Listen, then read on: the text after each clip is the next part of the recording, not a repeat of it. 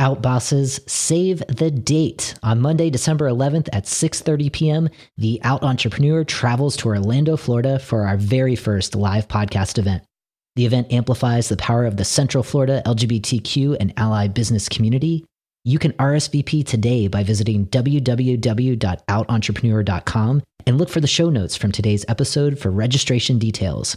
I hope to celebrate your authentic selves in Orlando on Monday, December 11th. Hello, Out Entrepreneurs. Rhodes Perry here, and welcome to episode number 49 of The Out Entrepreneur, a weekly podcast where I get to interview today's most inspiring LGBTQ bosses crushing it in business. So on today's show, I'm super excited to be interviewing Carson Cooper, who is joining us all the way from sunny San Diego, California. So Carson, are you ready to inspire fellow out bosses? I am totally ready. Thank you so much for having me. Yeah, thank you for spending some time on the show. So a little bit about Carson. He is a leadership development consultant who works with innovative businesses creating social change, which I love. He has been a coach, trainer, and mediator for 6 years, whose passion is to connect leaders to their highest potential. And his mission is to help high performers lead from a place of authentic empowerment by providing leadership development through adventurous and transformative experiences. So really excited to learn a little bit more about everything that you do. With that, Carson, if you could just tell us a little bit more about your business and what makes it unique, that would be a great place to start. Yeah, definitely. Well, thank you so much. So the biggest thing that I love about my business that makes it unique is that it's very experiential. So I teach leadership development for individuals and businesses. I believe that everyone should know that they are a leader. But the biggest thing that's most unique is taking people on hikes. In January, I'm taking a group of people to Mount Kilimanjaro, getting them out of their comfort zone, pushing their limits, as well as having a ton of fun. So I believe that when you're having fun, you learn the most, and the tools that you learn stick with you. Yeah, that's huge. So Mount Kilimanjaro, that alone, like outside of a workplace setting, is like a huge challenge. So on top of that, you're going with your colleagues. So I just think that that's so amazing. And I think like definitely for your business model, at least what I know of the generations, as you continue to build your business, it's so smart because all the research shows that, especially for millennials, it's all about the experiences. And I think you're onto something where when people are having fun, that's when you remember, right? You're making memories for people. And I think that's huge. Your business is pretty unique. I'm curious, of all the things that you're doing, what has you most inspired right now about your business? One of the most things that inspires me the most is really connecting with people one-on-one and creating change for them. Before, in the past, like I haven't felt like I was a leader because of my coming out experience. And in reality, everybody has something to come out about, whether they're LGBT or not. And so one of the things that I am most inspired about is getting people outside and getting them out of their comfort zone and really creating an unforgettable experience for them. Yeah, I like what you said about that. And a while back, I had a guest on the show, Rick Clemens. I don't know if you met him. Carson and I were recently at a conference together, the National Gay and Lesbian Chamber of Commerce conference. And anyway, Rick was there, and he is the host of another podcast called The Coming Out Lounge. And one of his kind of key things that he talks about is that we all have closets that we have to come out of. And so I like what you said, Carson, around even though, folks who aren't LGBT, people are coming out about things all the time, about their lived experiences and things that in the world of diversity and inclusion, we talk about this iceberg, so things that are below the waterline in the iceberg that people don't know about you. And that takes a great deal of trust to share certain aspects of your lived experience with other people. So I think getting that kind of one-on-one coaching that you do is so valuable for people to realize that about themselves and how much are they authentically sharing, and then how that kind of shows up as leaders, right? I think generationally, there's just a difference between, even baby boomers and Gen Xers, where baby boomers have been taught for so long not to share things about their personal lives because that's not professional. And so much of that is changing now. So I think kind of with your guidance and expertise, that's absolutely needed. So very, very cool in terms of what you're doing. I'm curious, there's so many people who listen to this show and they're just thinking about starting their own businesses. I'm curious, like, what your motivator was in getting started. And usually when I ask this question from guests, it's usually for one of two reasons that they often say. The first is that they started their businesses because they were very purpose driven and they wanted to make a big dent in the universe with their business idea. and the second is that for some people, they felt that they could no longer conform to a workplace culture as an employee that didn't really value all parts of who they are. They were tired of working on other people's dreams. And so, Carson, I'm just interested in kind of like which side of the coin you kind of land on and why. So that is an interesting question. It's actually a mix of both of them. I have always been a leader, and leadership is important to me, and that's the core of my business. So when I was in third grade, I negotiated to become the first associate student body leader in third grade, the youngest one. And then actually through my coming out experience, I lost that knack for leadership because I just wanted to blend in. I wanted to be like everybody else. So I lost that in just trying to conform to a masculine male. And so through my coming out experience, I did learn even more about leadership and perseverance. So after 6 years of being in the corporate world, the first 5 I absolutely loved, learned so much, but then I realized that they weren't valuing me, and it's actually triggered me back into when I was coming out and having those struggles. And do I be myself, and do I share my ideas, or do I just conform? I always knew I wanted to either be a president or motivational speaker or soccer player when I was 5 years old. I love that.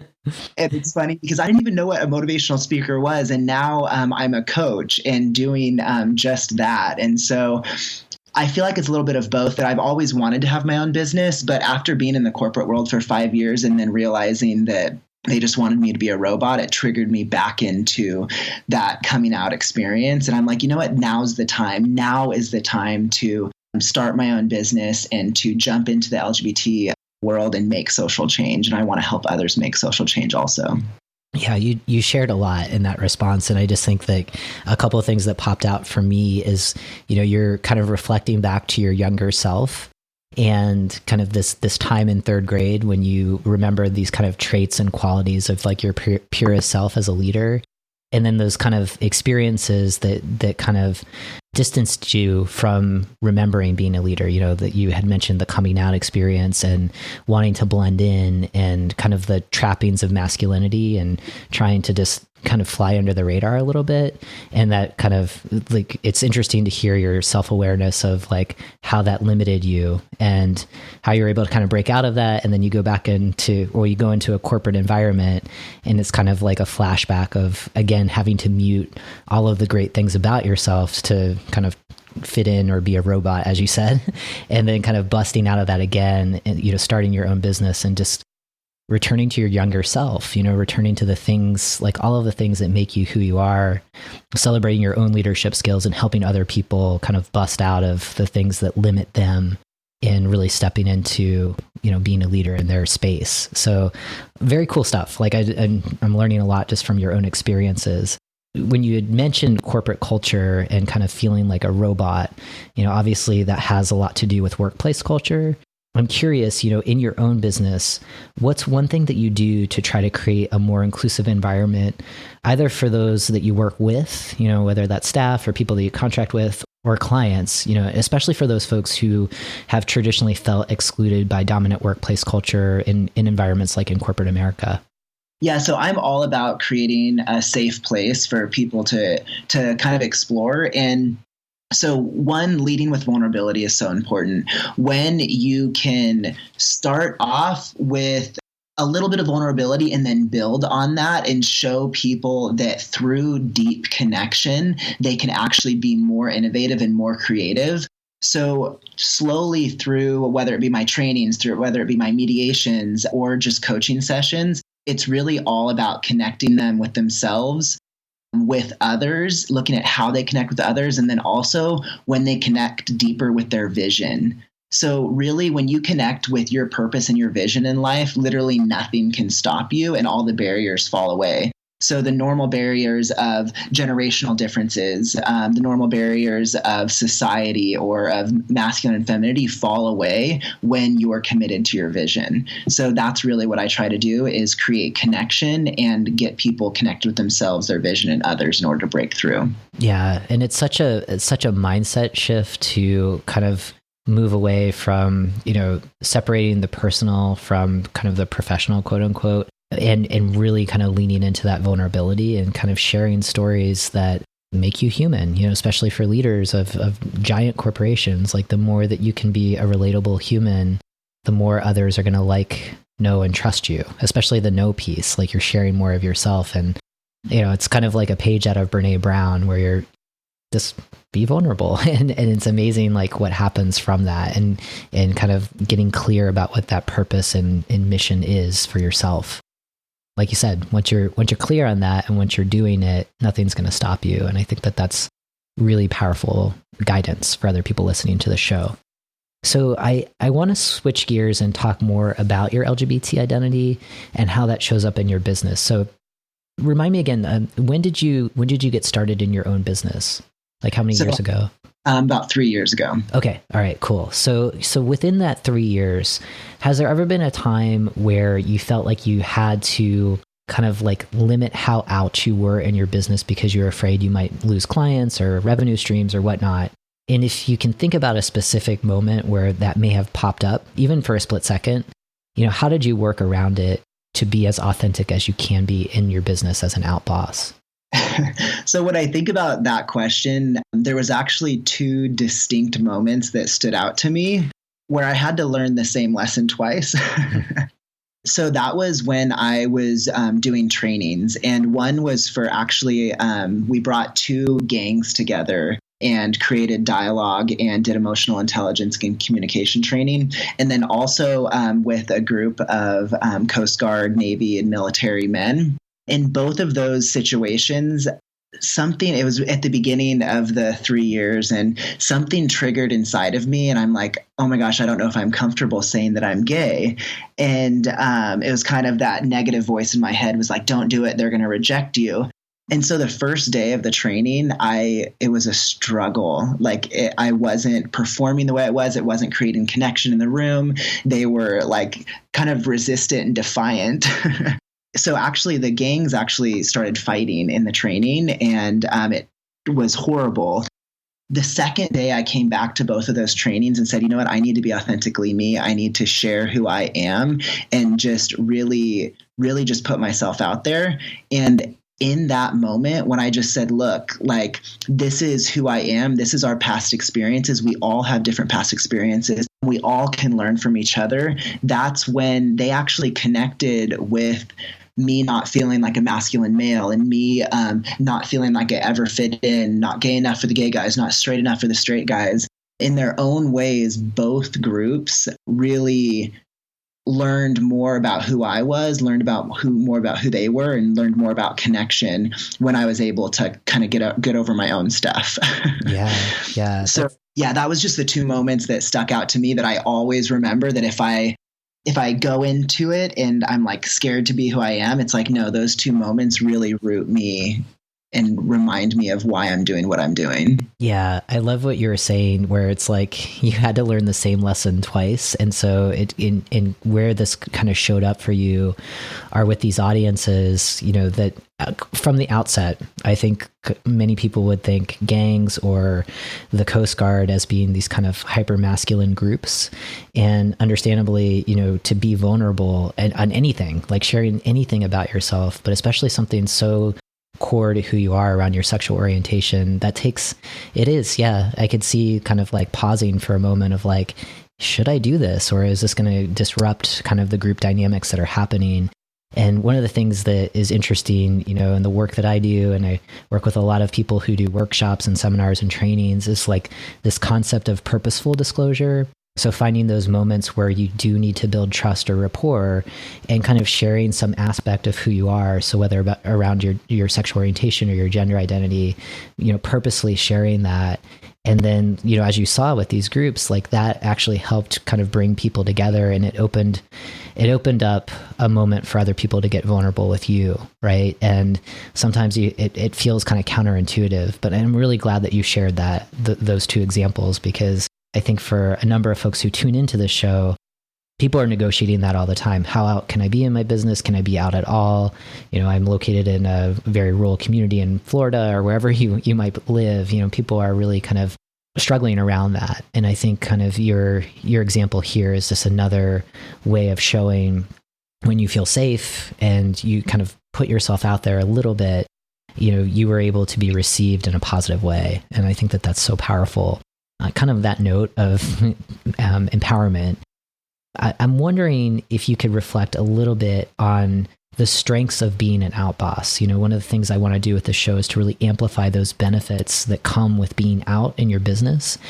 And I'm curious, are there some things that come specifically to mind around immediate strengths that pop up when you're out in your own business? I actually just had an experience last week that was frustrating for me. And they're like, oh, you're a white male. How can you do diversity? And do people actually listen to you? In that moment, I was like, thank goodness I'm gay. And so when working with social change and trying to create innovation in some areas that I've been working with, there's these identities that people root themselves in. And some people they dislike it. And they're like, oh, if you're this identity, I can't work with you. And so I have leveraged being gay, and it's that passion, that strength, and people I've noticed is like, okay, the LGBT community, it's really been about perseverance. And because of that, they're like, I connect with you, I trust you. And so I wanted to give you that kind of twofold answer, just with multiple parts of my identity that have been a privilege and also that have hindered the spaces that I want to get in. But being gay has been a true connection where people see me as somebody that can persevere and get through anything, and also teach that and have a lot of passion for what I'm doing. Yeah. I think in the space of diversity and inclusion, it takes everyone.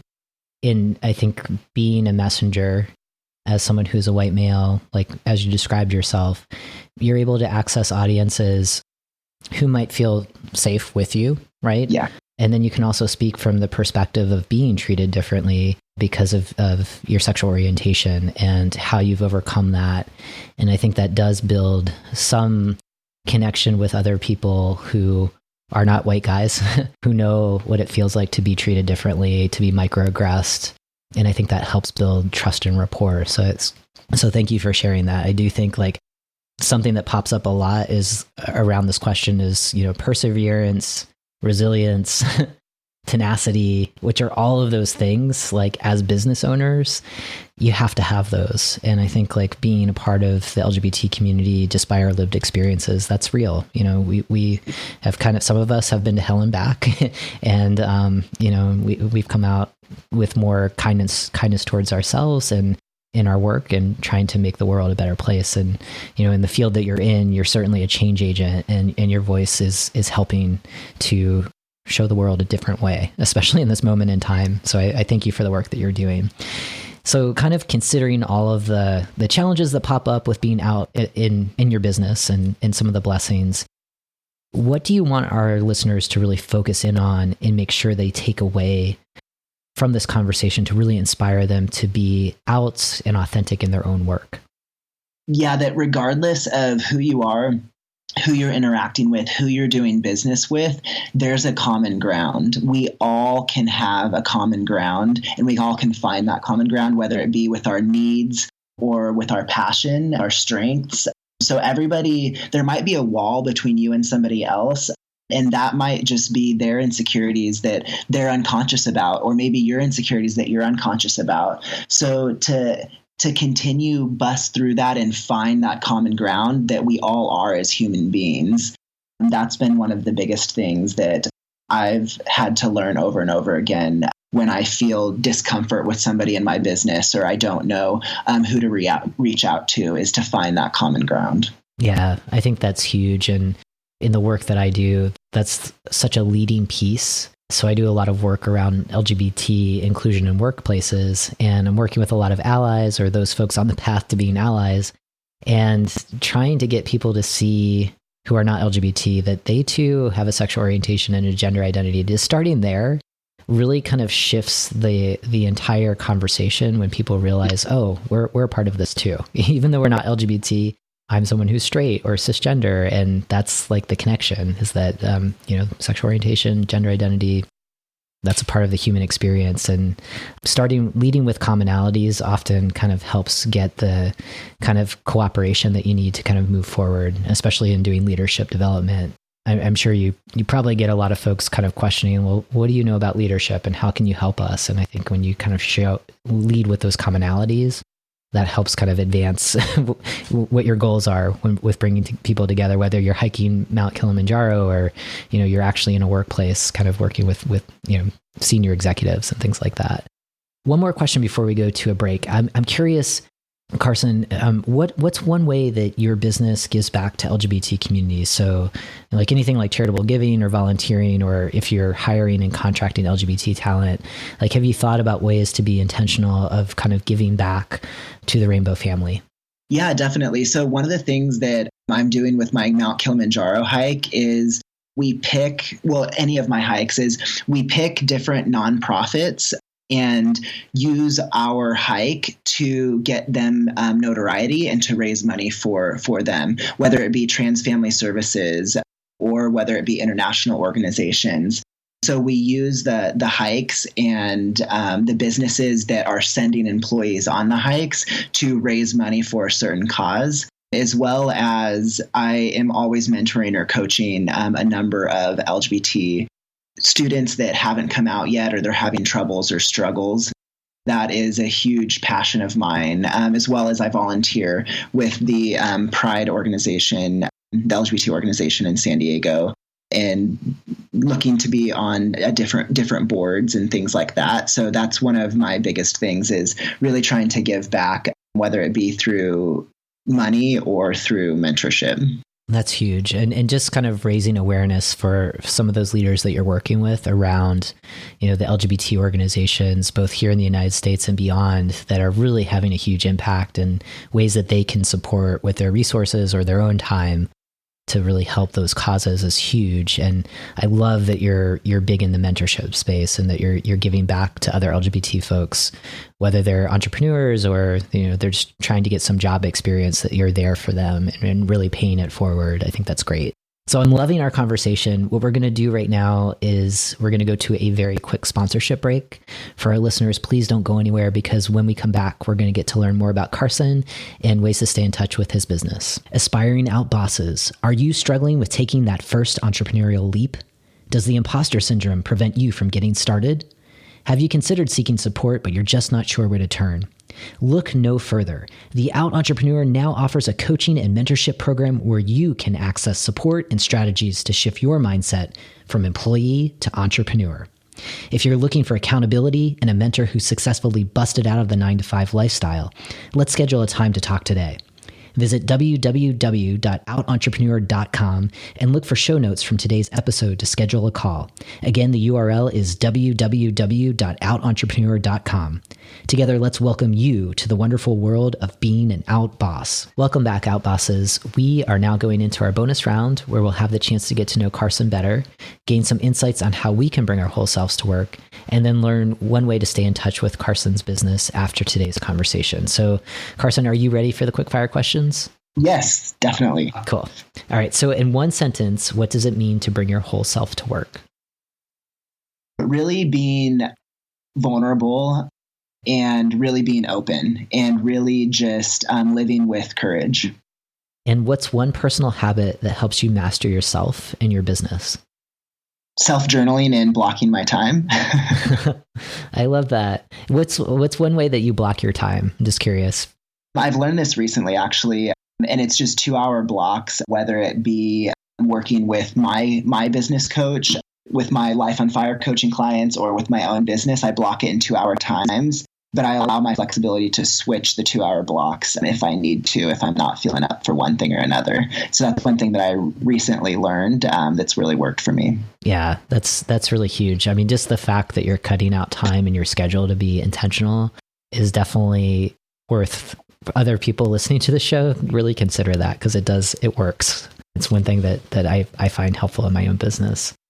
So name one thing that you readily delegate in your business to stay focused on what you're good at. Social media. I can't stand. I love connecting with people, but I'd much rather do it in person. So social media. Oh my God. It's like, so there's been about 50 episodes, and I'd say like half and half people are either social media delegation or accounting. Those are the two things. And I think that's smart to delegate both of them. Can you share a book or a podcast that has contributed to your success as an outboss? Actually, it's hilarious. It's definitely Rick Clemens, Coming Out Lounge, in his book, Frankly, My Dear, I'm Gay. He's been my biggest mentor and one of my best friends. That's awesome. That's so cool. Yeah, he is amazing. Yeah, I love his show, and I was actually on it a couple of episodes ago. He's just a really fantastic person. And I love the concept of busting out of closets in general, whether it's your LGBT closet or something else, and just kind of being your authentic self. He's got such a great message. Can you share one piece of advice to inspire the next generation of outbosses to take that first entrepreneurial leap? The biggest thing that actually has saved my life is the sentence, there is no big moments. So there's no big moments that you're going to be out and 100% comfortable. There's no big moment that your company is going to be 100% successful and you're never going to have tough work days again. And just knowing that has helped me get through the lows and really appreciate the highs. Yeah. Yeah, you have to kind of enjoy the whole ride, and it's a mix. You definitely have the successes, and it comes with some of the challenges at the same time. So I like that. I think it's great advice. Carson, thank you again for your time and for inspiring fellow outbosses. Before we end the interview, can you share one way that we can stay in touch with you and learn more about your business? Whether it be through my Facebook, just at Carson Cooper Consulting, as well as my website, carsoncooper.com. Awesome. So we will include that in the show notes. And outbosses, thank you again for tuning into this week's episode. As always, it's my privilege to connect with you and so many inspiring outbosses like Carson. So as a next step, check out the show notes for highlights from today's conversation, subscribe to the podcast, and consider leaving a rating and review in iTunes. And for now, keep being your authentic selves 100% of the time.